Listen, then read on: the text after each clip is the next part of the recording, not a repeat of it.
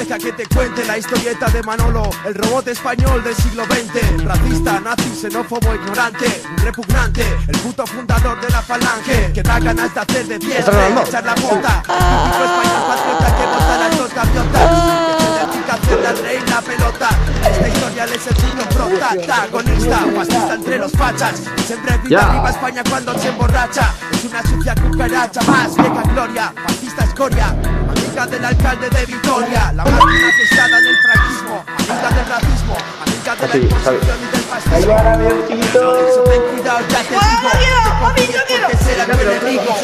Manolo, típico español patriota, el robot Manolo, que la falange vota, robot Manolo, aquel borrego de remate, robot Manolo, mentalidad primate, es el robot Manolo, el típico español patriota, el robot Manolo, que la falange vota, es el robot Manolo, aquel borrego de remate, el robot Manolo. Es el robot más cascado del continente, máquinas sedientes, totalmente obsoleta en el presente, se alista voluntariamente al frente, ¿por qué? Porque carece de materia inteligente, son inconsciente, se trata de un robot sin sentimientos, sin argumentos, nuevas generaciones van con el tiempo, se adaptan al momento, son buenos cuando están muertos, igual que el turno de los Defcon 2. No, el tordo tú, Marcos.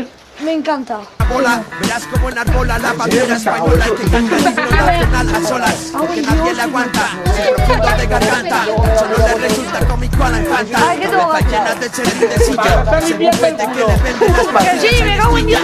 Hola. Estupidez no se desvale, botarate, tú también quieres que lo mate, el robot Manolo, Aquí el no, español patriota, el robot Manolo, que la falange vota, robot Manolo, aquel borrego de remate, el robot Manolo, mentalidad primate, es el robot Manolo, el típico español patriota, el robot Manolo.